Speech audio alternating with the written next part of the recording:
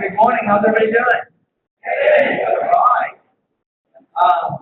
So today's a start of a brand new world of accountability under WIOA and Texas Adult Education.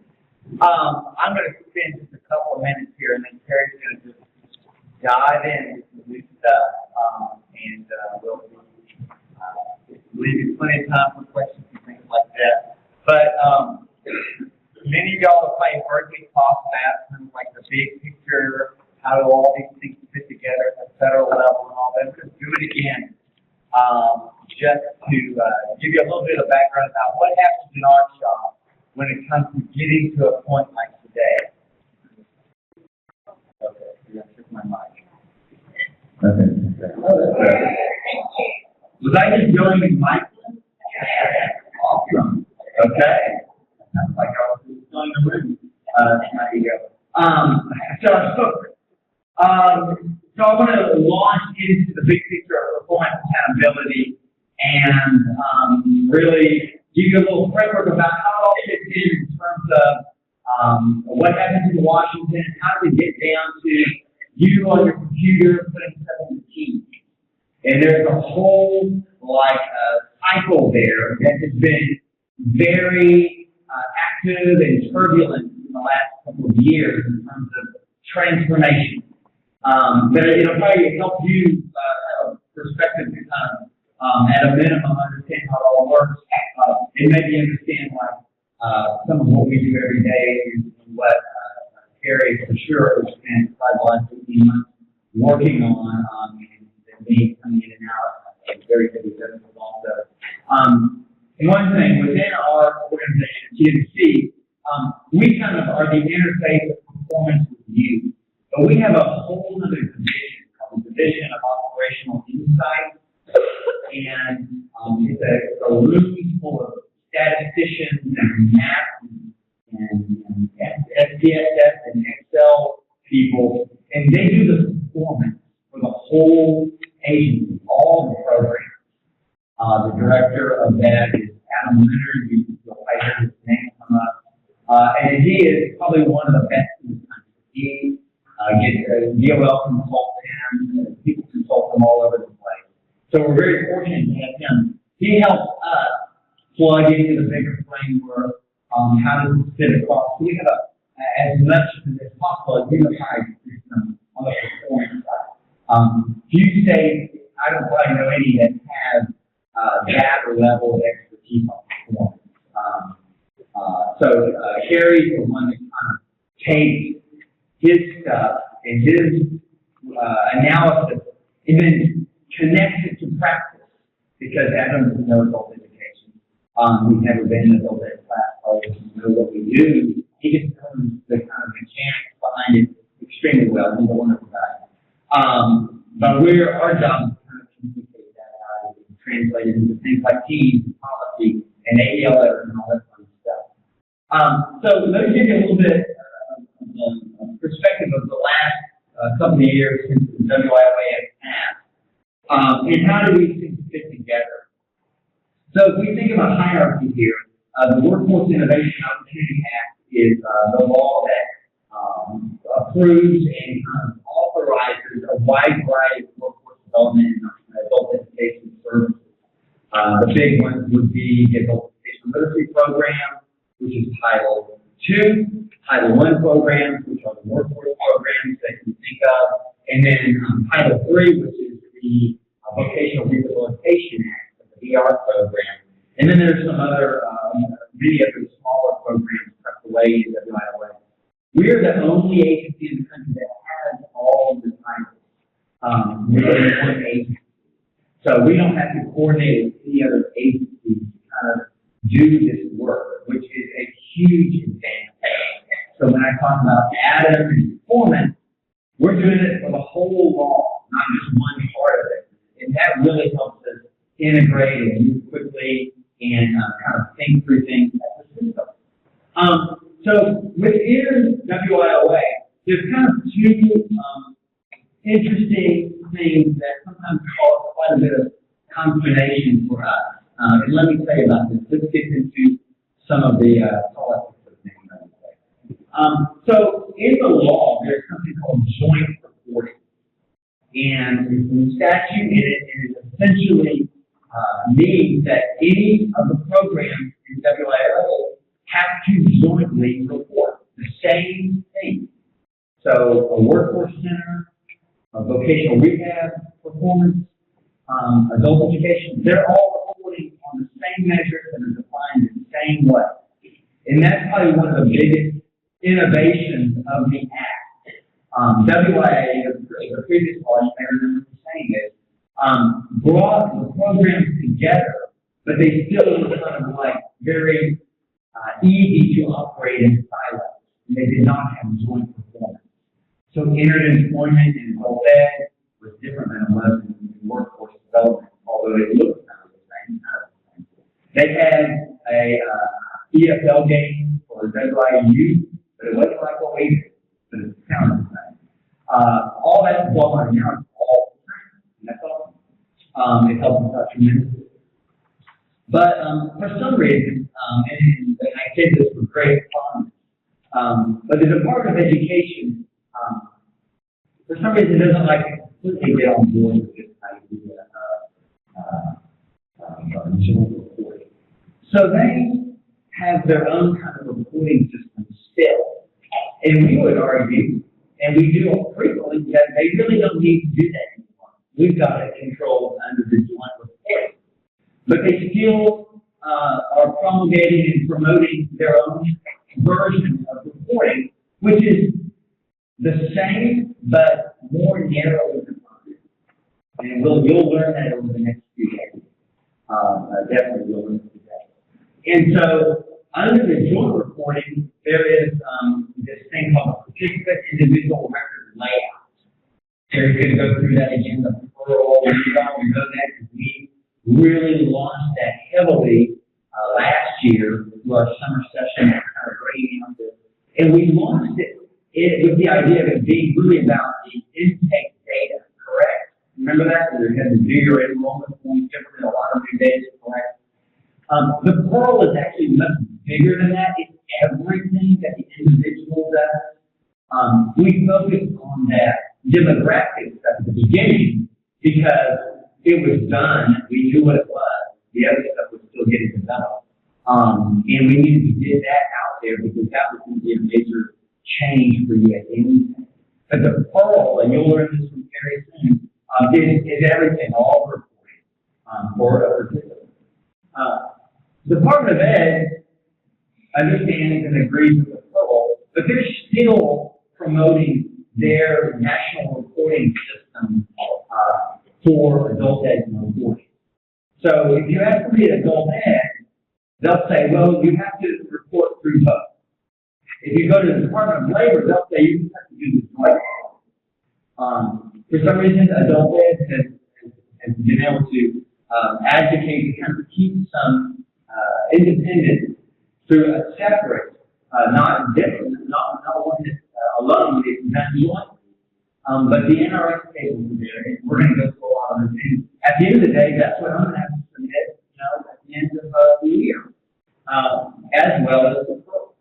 But what you'll see in the next day is that some of the things that are in the pro are not in the NRS. And we as a state are wanting to do everything under the pro and not do the NRS. So we make this point frequently. And I'll tell you a little bit about how things get made in terms of rules and laws and stuff. Y'all are mainly quite familiar with that.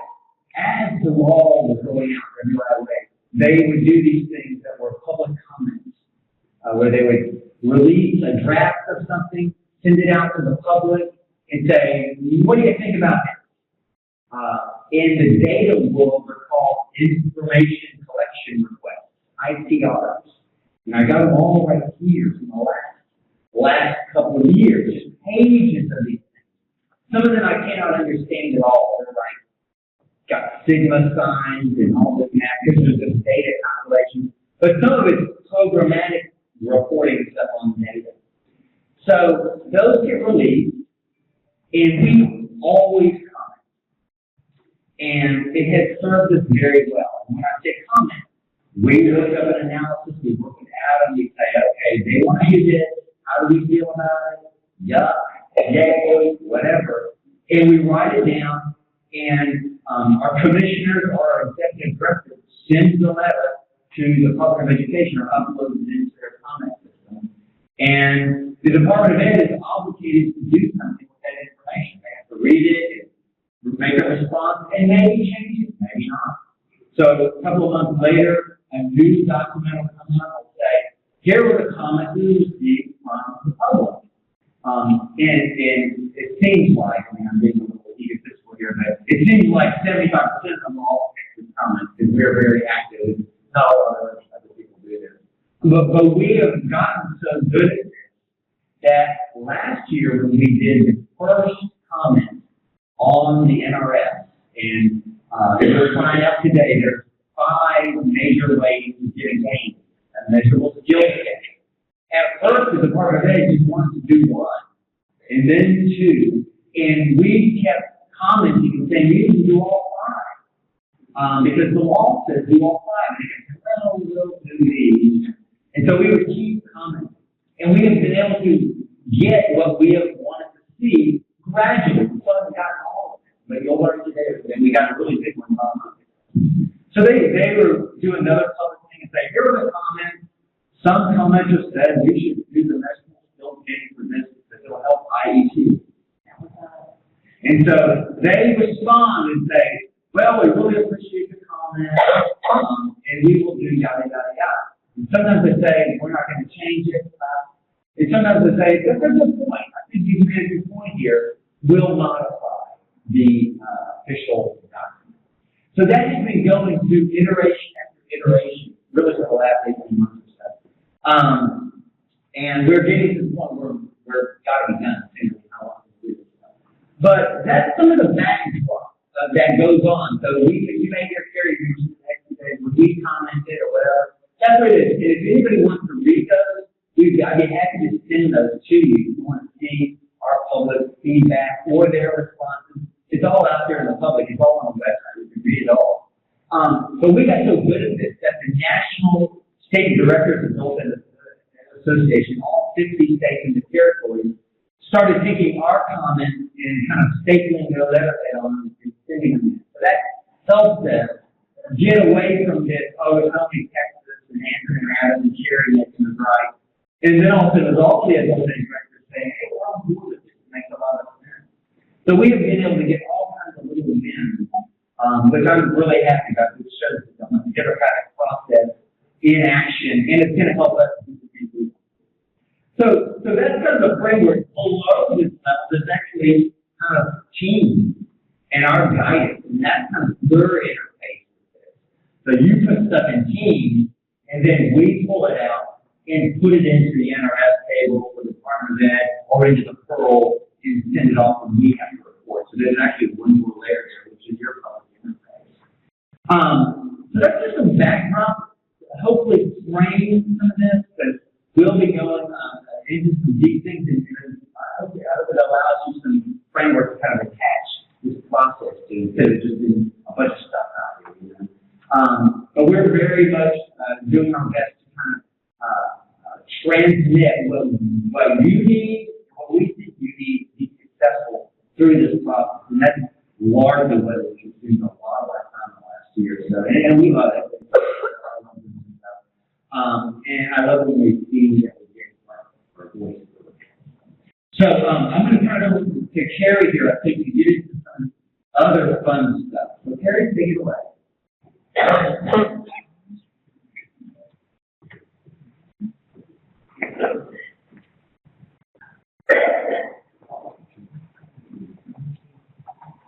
Good morning. So a few of the things I'm going to talk about here at the beginning, Nancy just mentioned, so we're just going to kind of breeze over those. But one thing I want to start off by stressing, you're going to say a bunch throughout the day. This is sort of one of my pet peeves. The rest of our staff will tell you this. Teams doesn't require anything. Teams is just the repository of whatever we throw into it. So anything that goes into Teams, it's really important for folks to understand kind of the policy behind it. Why is it that way? Why do we do it that way? Why does it do this or this or this? I've heard this stated multiple times, and it's something that I want to try to shift folks' way of thinking, but I hear somewhat often, oh, that person is, they just enter our data, they just enter our data. They don't need to know this. Well, I feel it's important for really everybody to kind of know at least some of the core principles behind what we do and why we do it. Because at the end of the day, what you put in the system and teams drive everything. What you select as a funding code or an activity code drives all your performance and to determine whether or not you go on a path, whether or not you earn your performance funding allocation. That little piece of information, one little drop down button, affects so much. It can affect your targets for next year. As you saw this year, a lot of our initial target negotiations that went out were all based on data that you did this year, that you did this year. We want you to do that next year because this is what you're doing now. So start getting into the mindset of what goes into teams is so critically important. And I'm thrilled to hear when providers tell me about their processes for double checking that data, triple checking that data, making sure it's correct, and knowing which reports to run, and knowing what to look at to make sure that what that data entry clerk is putting in is actually correct. But it's absolutely critical that you have those processes in place, because what goes into teams isn't that smart. Teams is just going to do what you tell it to do. So you're not telling teams to do the right thing. You're going to be in a load of trouble once you start looking at your performance and your accountability. So I wanted to start off with that little piece, because you'll hear me reiterate that throughout the day and talk about some of the changes, talk about some of the changes that are being made in teams to capture some of this information to work better for you. I can tell you right now, it's a tremendous amount of work. I know I say that every time that I talk about the work that goes into teams, but I would say take what's happened over the last 3 years and quadruple it, and that's how much work is going on right now to really just kind of change the entire face of how the system works. So taking a step back, I just wanted to refresh, as Anthony mentioned, the NRS, the National Reporting System, that don't know, is essentially the Department of Ed regulations over us. So they basically take what are the federal regulations, they develop the NRS, and we kind of have to follow those. Obviously, a lot of our challenges, as Anthony mentioned, in the rollout of WIOA, is there's definitely some places where the Department of Ed is saying one thing, and the regs and the law are saying another. So we're really fighting very, very hard to make sure that the Department of Ed is recognizing what the effect of the law is, what is in that law, so that we are able to carry out the intent of WIOA, which is to truly align accountability under all systems. As I mentioned, or Nancy mentioned earlier, the PEARL is not just that initial intake screen. The PEARL is really every piece of information that we report for every participant under WIOA. So we've been using the PEARL for kind of that initial piece, but the PEARL is all of the data. So all the new data elements that we're going to be talking about today, so when we get to this afternoon, we start talking about tracking training under IDC, when we start talking about tracking credentials, when we talk about the new measurable skill case, that's all the PEARL. Every single participant has a field for every single one of those data elements. So again, you'll hear us refer to the PEARL as kind of that initial piece, but the PEARL is really everything. So everything we're doing right now is all driven by the PEARL. One of the challenges with the PEARL right now, and a lot of folks that I've talked to that ask me questions about changes and things like that, the PEARL is still not final. There's been a few different iterations where it's gone out, as Anthony mentioned, for what's called an IPR, or information collection request, where it goes out, you have a chance to comment, you have a chance to say, well, this could never work, or this isn't right, or these options don't make sense. It's there, which is why we've really kind of gone full steam ahead in terms of making our necessary programming changes in teams. But there's a few places where, you know, we were really gung-ho and made changes, and we were like, all right, we're ahead of the pack. And now we've got to kind of go back and tweak things a little bit because things changed just a little bit. So it's important to keep that in mind. We're all kind of in this together. We're all building the same while we're flying it, which is very frustrating, I know. But just keep that in mind. If, you know, if you're okay, well, we've got to treat this, that's why. Because things are still not final at the federal level, and the feds are like, well, collected based on this, even though we're going to change it yet in a month or 2 months or 3 months. So we're working very closely and carefully to try to make sure that things are done in such a way where if X or Y changes, it's not going to drastic change in the system. It'll be pretty smooth. It'll be a simple change or a simple addition or things like that. We're well aware that our data over the next year is going to be more squishy than we like it to be because of those changes, because it's not realistic to collect information from a participant and then change and that participant is left to track down that participant, hunt them down, and get all the new information that never existed. But that's why it's so important that you all stay on top of it, pay attention when we send things out, listen to what we're saying, because those changes will be reflected in teams. And the last thing you want is for you to get into teams and say, well, why are we doing this? Well, there were 3 webinars on that over the last month on why you're doing that. Make sure you're watching those, make sure you're asking questions, and make sure you're paying attention to those changes that are happening. So I want to start by talking about who is a participant. And we've, you know, had this definition of a participant for a very long time. That definition is pretty similar under WIOA with a few little tweaks. But under WIOA, there's essentially participant versus reportable individual. And for all the titles, the definition of a participant is slightly different. So, what is considered an activity that would make an individual a participant? What is an activity that would make us required to report even certain elements on the referral varies across all the programs. So, for instance, in Title III, there's, you know, certain things that you have to report if you're a participant under this, but if you're not a participant under this, you don't have to do that. It's one of those kind of things. So it's a little inconsistent across the various titles, but for Title II, it's important to keep in mind that participants are the ones that go into the denominator for various measures and talk a lot today about who's in the denominator for what, who counts for which measure, because that is very, very different under WIOA than it was under WIA.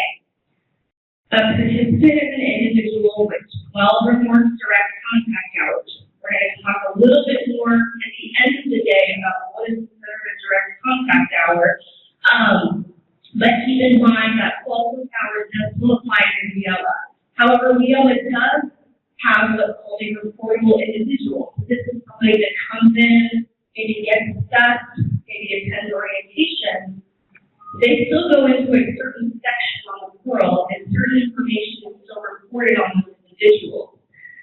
So this is why it's so important that you have a good process for how you're getting that information in, you're collecting that information in, and you're getting it to teams in a timely manner so that you can, you know, get that information in while that student is still a reportable individual and continue when they become a participant. One other important distinction about participant, and I think this is on a later slide, the date of participation for a participant is the date they actually enroll in the program. So essentially, it's almost retroactive. So if a student starts on June 1st, or let's say July 1st, if you don't get into the program discussion, a student starts on July 1st, they hit 12 hours on August 1st, July 1st is that student's start date. So that's something that's important to keep in mind, because those dates become critically important when you start looking at certain measures, which measures students are included in, when they're considered a participant, all that good stuff. keep that in mind. So, as I mentioned previously, program entry is that day that student actually enrolls in the program. What's considered enrollment is essentially that first day that they're actually starting services with you. So not necessarily the day that they're doing their eligibility testing, their pre-test, that test determines whether or not they are indeed eligible for your program, but that first day that they actually start services with you. Program exit is not consistent across all the programs, and this is something that we did a whole bunch of comments on because it makes things very difficult when you're trying to align services across the different titles. But essentially, in Title II, the exit date is 90 days past the last service. So I have a service, 90 days passes, now I've exited. This is different than Titles I and III. In Titles I and III, that exit date is retroactive to my last day of service. Meaning, I have the last day of service, 90 days passes, I then look back to that last day of eligible service participation, that's my exit date. You can see why that creates challenges when you're trying to align things across the systems. You may have exited in one title, you haven't exited in another title. So you may hear us mention a lot that there is no common exit yet across all the titles. That's something we desperately want, because again, it makes it just that much more easy to align services across the various titles, but there is no common exit right now. Exit is essentially calculated differently across all those different programs. So again, the exit is that last day of the 90 days after the last service. What's considered a service, we'll talk about that a little more later, but essentially that's either your class time or your assessment. There are additional services we're going to talk about probably I think at the end of the day, which don't necessarily count as qualifying services, meaning they won't extend a period of participation for a participant. But we'll talk about those more today. But essentially, consider that last day that you either have direct contact with that student in the form of direct contact hours, or that you have that qualifying service in the form of an assessment. The other critical piece of information, and again, we're going to talk about this in depth this afternoon because it's a big change for everybody. I think it will be welcome news to a lot of you. But once a participant is a participant, they stay a participant. So what that means is, if I get 12 hours in this program year, and I come back on July 1st to get 1 hour, I'm still a participant. And your enrollment will be counted that way this year. So let me say that again. I start my services in the program we're in right now. I get to 12 hours. I come back on July 1st, start the new program year, and I enroll when I do 1 hour. I'm a participant in that new program year. I don't need an additional 12 hours in that new program year to count as a participant in that new program year. Now, that's kind of a good news, bad news situation. Yes, you can split it to us. Now, it's kind of a good news, bad news situation. What that means is, and we're going to talk about this a lot today, is that individual now needs a measurable skills gain in the new program year. And we'll talk about that when we get to the MSGs. So it's kind of a good news, bad news situation. So, as I mentioned previously, your enrollment targets will be counted this way. I know I'm saying this at the end of the day today. We're going to talk a little bit about the implications of that, what that actually looks like, how it works, all the logistics. Right now, I'm just giving you a little sneak peek into who is a participant. But again, once you're a participant, you're always a participant until you're not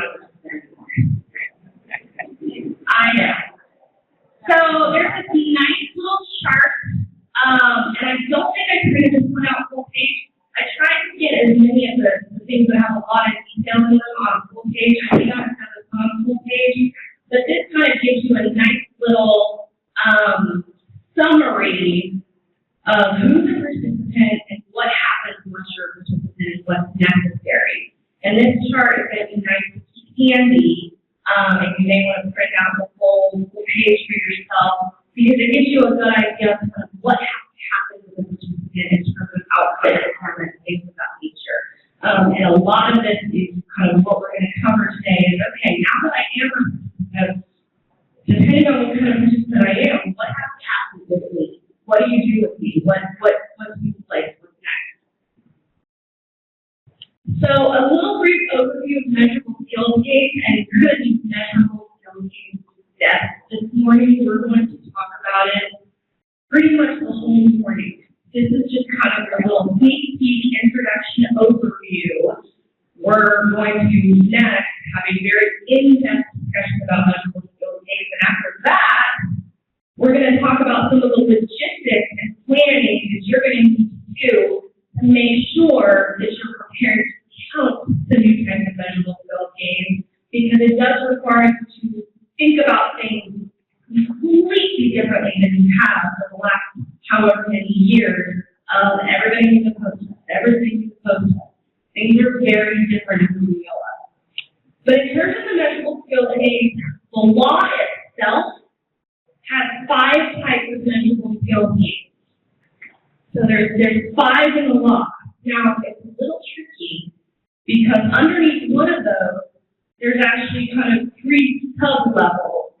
So if you count everything together, you're essentially looking at the 5 at the top and the 3 at the bottom, or that one that's split into 3.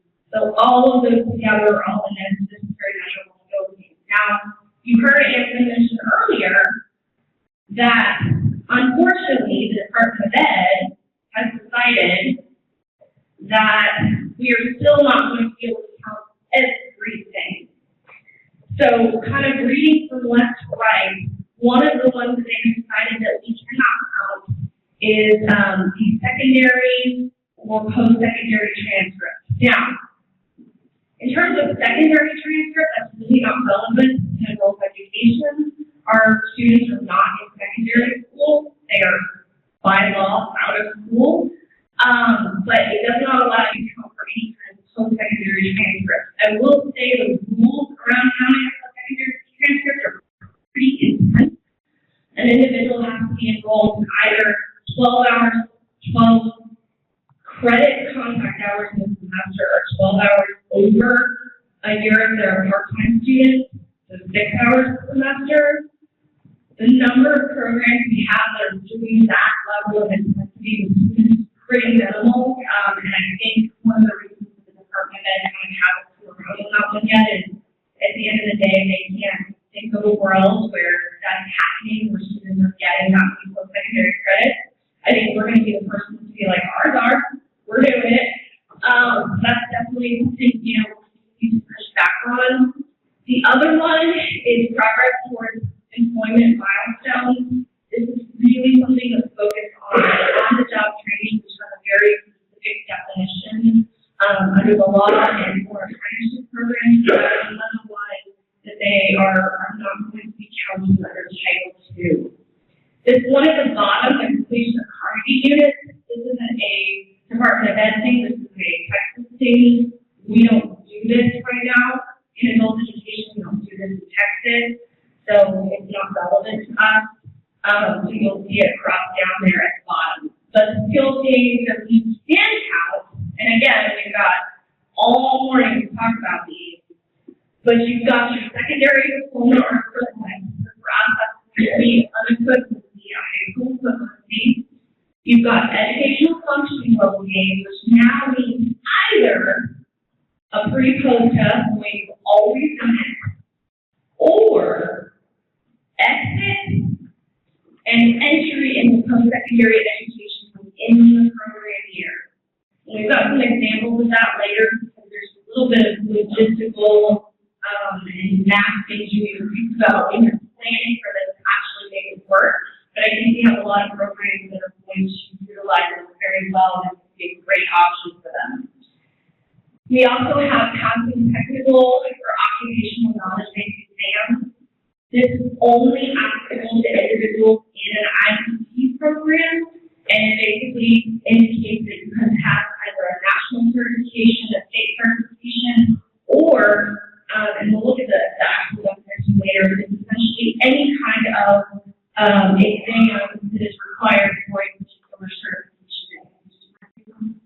Yeah, well, Oh, I'm done with this one. oh, you're, well, so let's do a little, we're gonna basically hang on this topic for the next 4 hours, 5 hours. But we can start to get some, I want to underscore a couple of things, and, go back and look. So the ones that are, when I was speaking earlier about the ones that we are advocating for, we've been advocating for all of them. And they come back with kind of pretty good arguments about why they don't, for example, the post-secondary transcript in the secondary. So the secondary transcript is really for high school students. And so that's real applicable to the Title I youth program, but not adult education. But the post-secondary transcript, which is a college credit transcript, could be something that if you had an IEP that was college credit, a level 2, a level 1 certificate, you could report that. So we've been making that case. As Terry kind of hinted, they honestly, I mean, we'll kind of, beat up on the Department of Ed a lot here, but we're actually very good colleagues. They consult us. They know we have good ideas and stuff like that. So it's not any animosity. It's very collegial. But they really don't. Well, I don't think anybody in adult is ever going to get a college credit class. Hold on. So we advocate for that. The other one, the progress towards milestones, that's the one we've been really hammering for because that is the one very akin to the work-based 30 that you guys did with employers, where the measurement was something that the employer defined. So we've been making that case over and over again, and I think we're getting some run. And then the bottom line is, Carrie mentioned, just so that seems very arcane, but the Carnegie unit or the high school unit, some states have adult high schools, meaning the state funds a high school for adults, and they get like a high school diploma and everything. It's not a K-12 thing, it's a separate system. So California and other places have that. That's where that's supposed to go. That is just not a thing in Texas, so we would never. So that's the kind of universe. So we've gone from that one cute little pre-post test box, for the last 20 years to this big, expansive list of options. I would say any kind of initial questions, we won't go to some big questions, but I just want to kind of check in. Are we doing okay? Kind of following along? Yeah. Hey, Marie, over here. So the one that was in the ESL game, we were ready for. And I'll preface it, if you can ask your question, but if you ask them a question about the mechanics behind something, there'll be plenty of that, don't worry, there's a whole PowerPoint on each one of these, but go ahead and ask the question. So the one is for the ESL game that breaks into the pre and post and then the entry into college. The entry into college one, if you have a student laughing at the passing technical occupational, if your student is entering into college, then they would probably be going into some type of credential. Then would that not be then counted twice? So on this one, it's a little tricky, and this is definitely an example we'll talk about later. But essentially, the post-secondary education requires students to actually exit, meaning they're done. So an individual with an IEP couldn't be counted towards this work. They would have to do that path and occupational skills, yada, yada, yada. So the one at the bottom is really more into your transition to your bridge program, where you're like, okay, we're going to get them ready. We're going to be like, later, bye, good luck, we love you. That's really more into that group of students than your IEP students, because your IEP students will still be in college. Now, let's say you had a situation where they finished the IEP, it's like towards the beginning of the year, and then they continue on their merry way to more college credits, then it could be a situation where they exited your IEP and then they're like, no, I'm going to get my AAF. I really want to do this. And they've already gotten that path to the credential or whatever measure, and then 9 days passes and they're still in post-secondary. In that case, they would have to. And there are other situations where folks may have to, and essentially we report the most recent ones. We will capture, and I'll talk about this a little bit. And I have to say, I meant to start the whole morning with this, and I failed to mention it, and I realized that that was easier. Today, we may veer a little bit from our agenda, and that's because some of the team changes and things like that are literally happening as we speak, and I kind of had to wait until the last minute to figure out what I would have access to, what I wouldn't have access to show you guys today. So you may see us kind of veering a little bit from the agenda, but just kind of keep in mind, I'm going to try to show some of this in terms of how we're going to track it and things like that. We're going to track everything, meaning you're going to tell us whatever they get into the system, and then we're going to calculate on the back end and say, okay, they got a gain, this is the one we're going to report to the Department of Ed or the Department of Labor or whoever we're reporting with to, depending on the particular report. So you're going to track all of that and be able to track and see which days the student has gotten, because it's very likely that many of your students will get a pre-post test and something else, because you want to go and post testing just in case you're not sure if they're going to meet X, Y, or Z. And that's what we're talking about this afternoon, is how you kind of safeguard and plan well and things like that.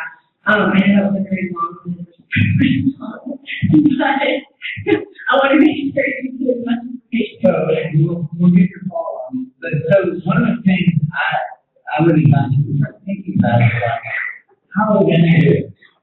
Because you have a lot of options. At the end, or even there, we're going to brainstorm with you and provide some ideas of how you might tackle this with 2,000 students, because you have all these options.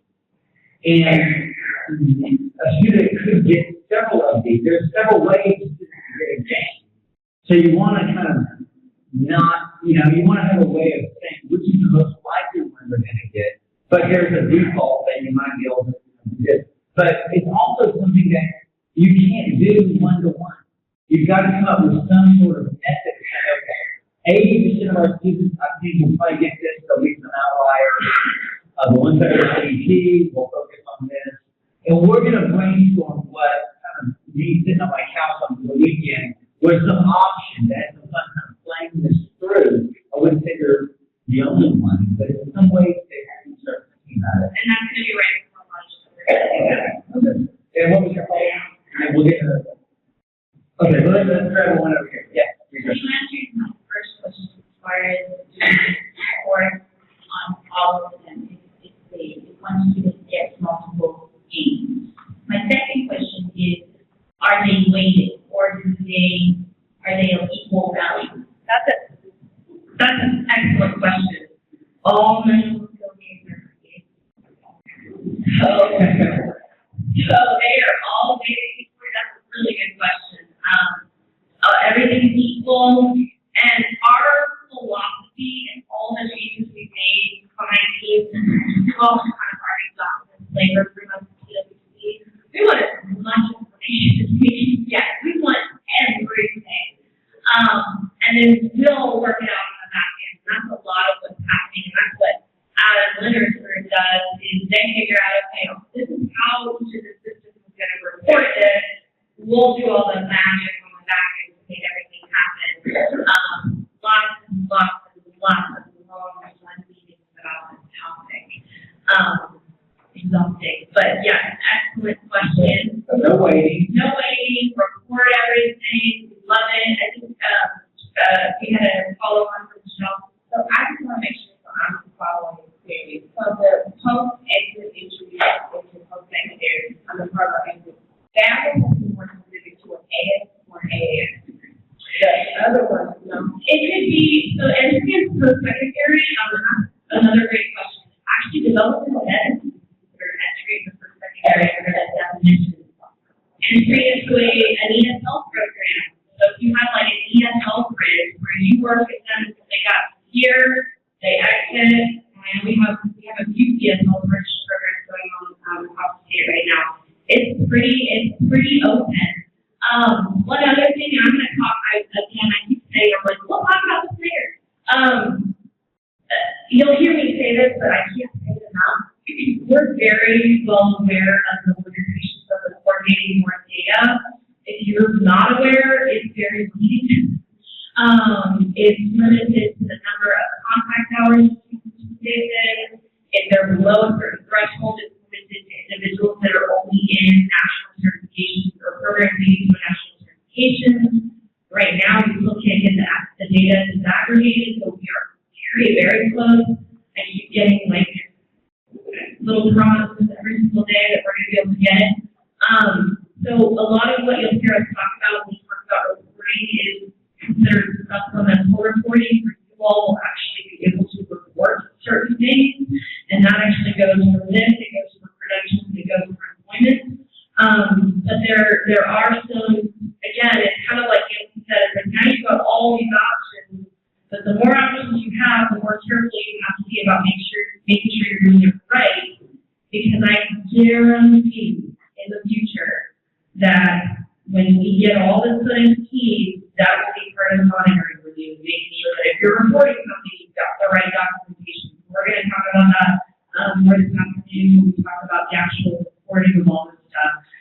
But we're very well aware of the limitations of some of the data matches. So a lot of what's being reported is keys is self-report, so you will actually be able to say, yes, I have this proof of enrollment, and boom, they're enrolled, and we're good to go.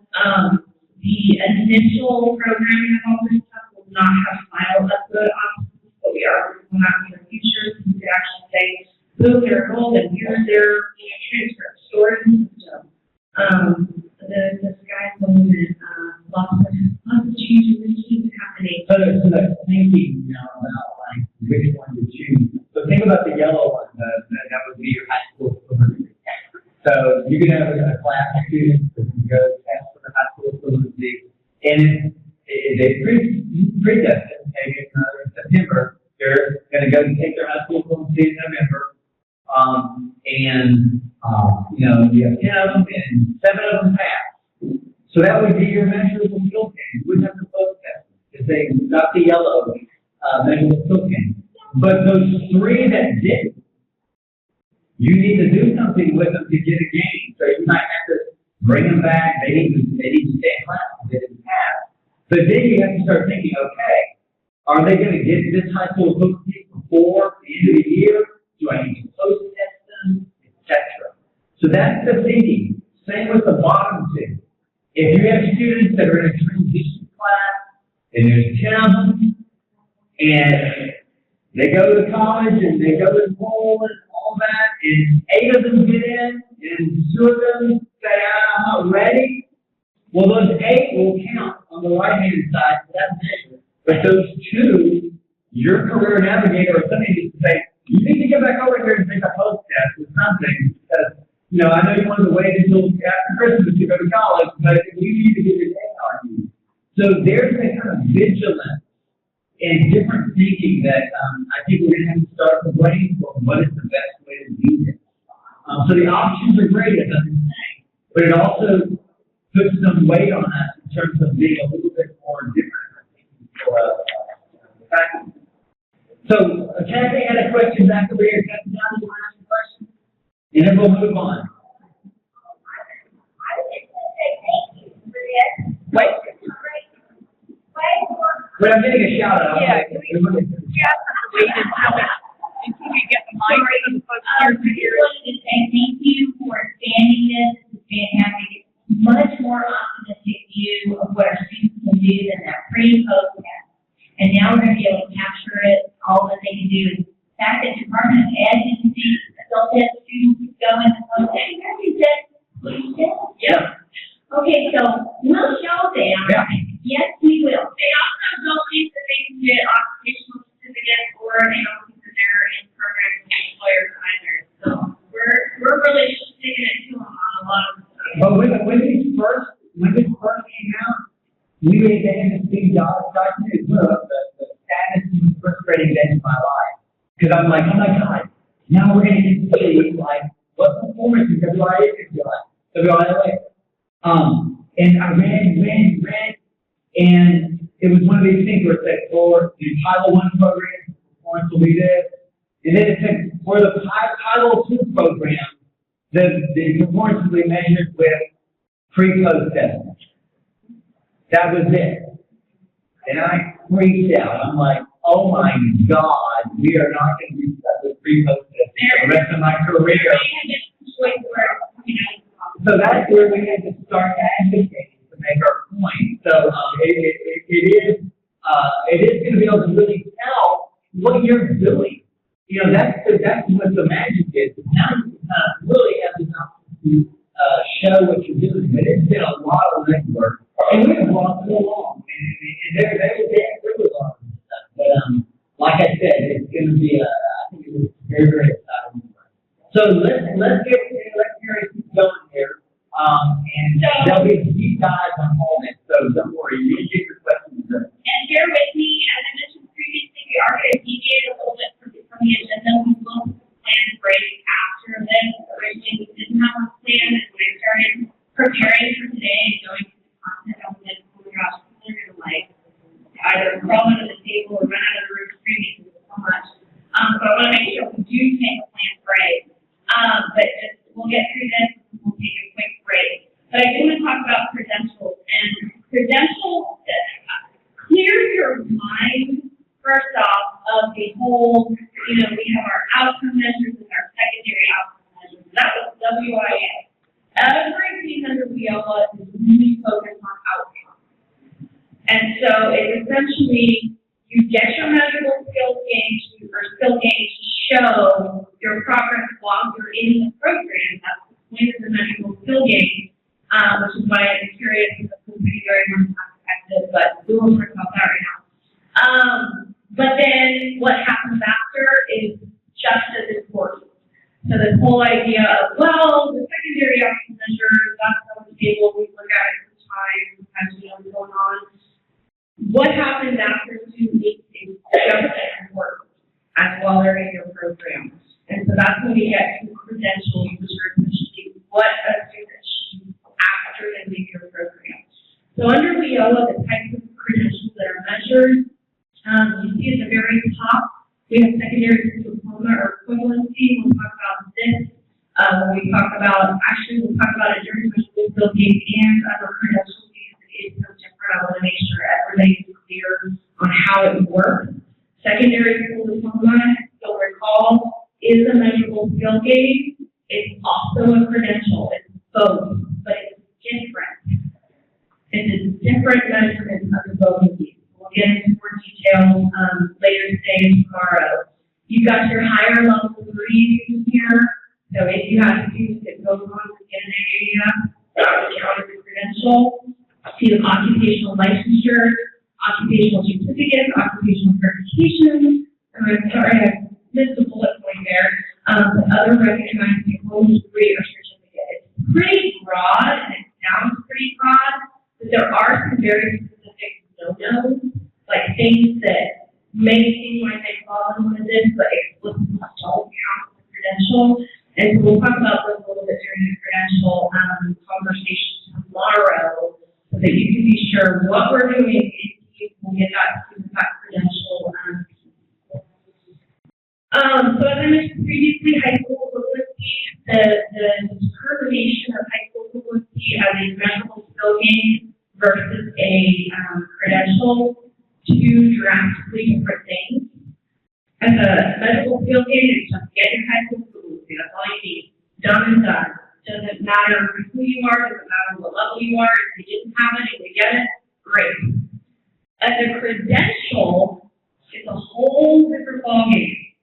The only students that are in the denominator for this particular measure are individuals who, and I jumped ahead of myself here, who lack a high school diploma or equivalency, become ninth grade equivalent at some point in your program. So while they're enrolled with you, they get to that level of ninth grade equivalency. So at level 5 in CNRS, exit. So So that's who's in the denominator. And then count it as a yes, just count it towards your numerator. You have to get your high school equivalency during participation or within 1 year of exit. You have to become enrolled in post-secondary education or training within a year after exit, or become employed within a year after exit. Again, I'm going to get into the details, the nitty-gritty, the logistics of how exactly that works tomorrow. I know I'm saying that. In terms of like, well, when is it counted, and how does it work, and when do they have to be employed, and all that good stuff. We've got a whole slide on that. But keep in mind, for a credential for high school equivalency, it's very, very different. You'll notice that, just a second, you'll notice that under the credential type, it says diploma or high school equivalency. Providing secondary education is not allowable in Texas under Title II. So that diploma is not relevant. It's a high school equivalency because we're not providing secondary instruction that achieves a recognized diploma in the state of Texas. So keep that in mind. That is the question you've got me. Folks are like, oh, well, I want to provide test prep for somebody who hasn't passed the STAR test. You can't do that. They can't be in your program and working on their secondary school at the same time.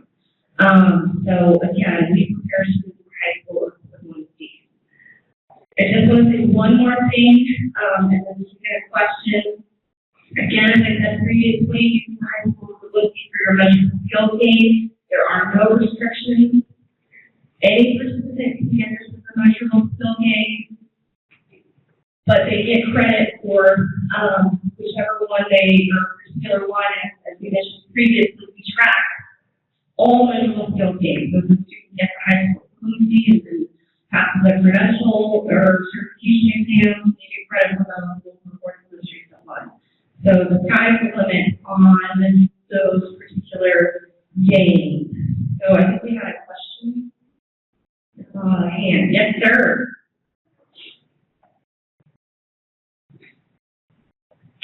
Carrie, just to affirm, if you back up a couple of slides to the list of the degrees. Well, right there. Okay, second bullet says AA and AS. Mm-hmm. Those are the traditional 2-year degrees that transfer from 4-year degrees. Other degrees in community colleges are the AAS, the 2-year workforce degree, the AAT, that is, are those acceptable? Those, yes. There's no, and this list, and I'll pull the actual language from the borough. There have been consistent issues with the way this list is literally the opposite of the borough. There's been some issues like that where it's like, okay, but what about this? That have been brought up, like any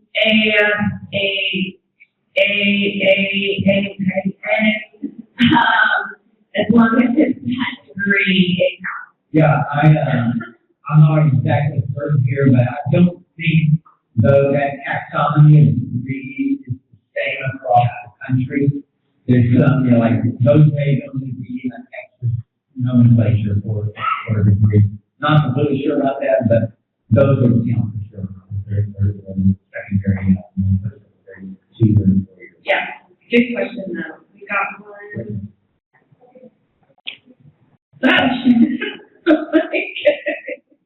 Yes.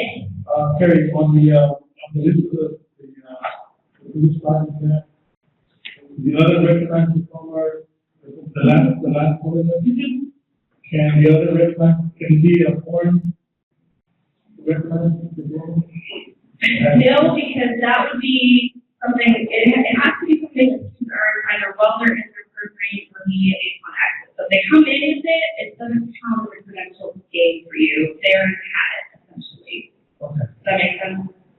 Carrie, Yeah, this is good question. This is something, so anybody that's in this denominator in the first place lacks any of these. So it's going to be your individuals without a high school diploma, yada, yada, yada.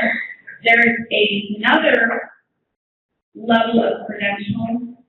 So if you take a look at kind of this order, these are all the credentials, but they're usually kind of in a lot of the discussions in the book that they're kind of broken into 2 groups. They're broken into high school equivalency and then post-secondary. So it's basically like the top one is for anybody that lacks the high school diploma or equivalency, and that's in that denominator.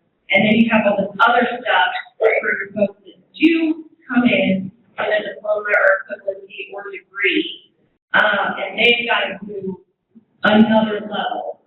So again, it kind of gets into that. Getting a high school diploma or equivalency is no longer good enough.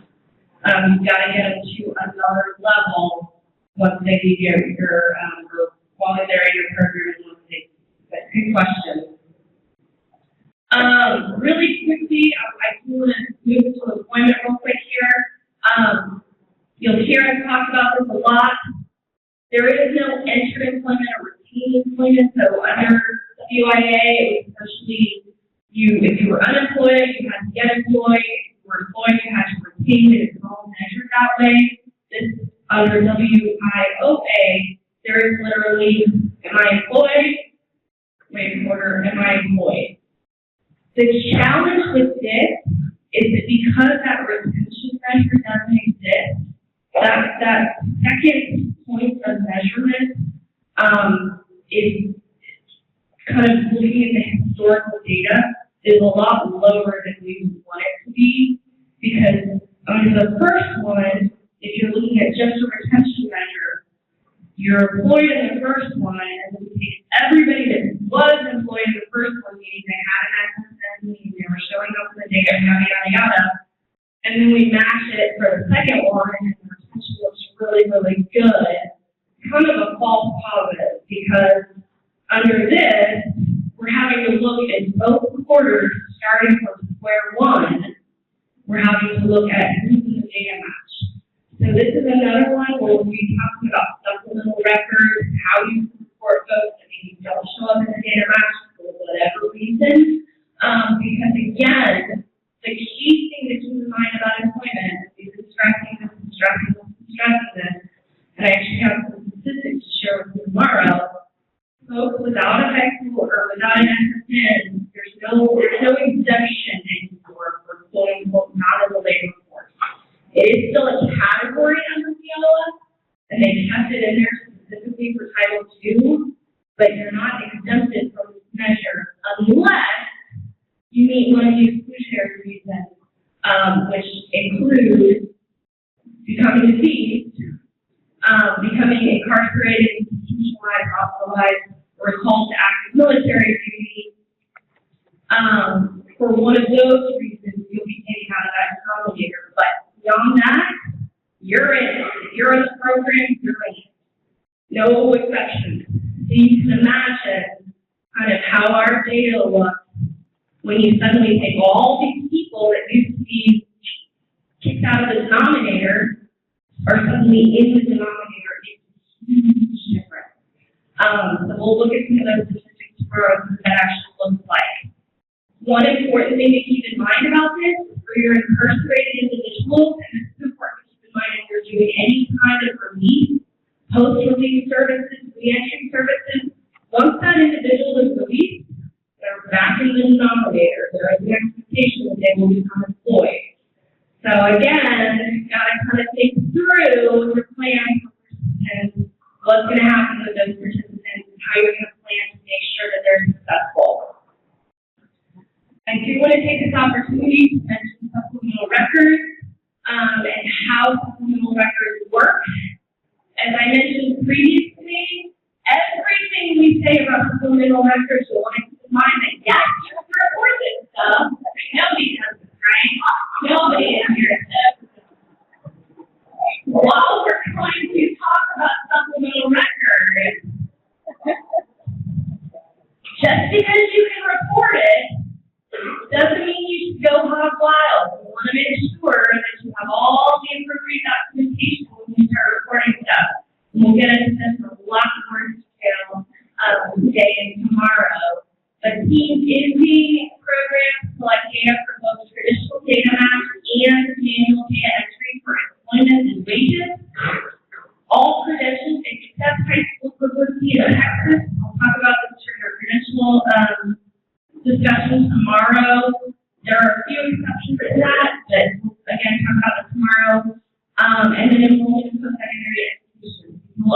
be able to report yourself some of this information as long as you have all the appropriate documentation to kind of back it up. So it makes a huge difference, I know, for folks that have struggled historically because maybe they have a lot of students who, go to work for themselves, work for a accounting firm, show up with those wage records, things of that nature.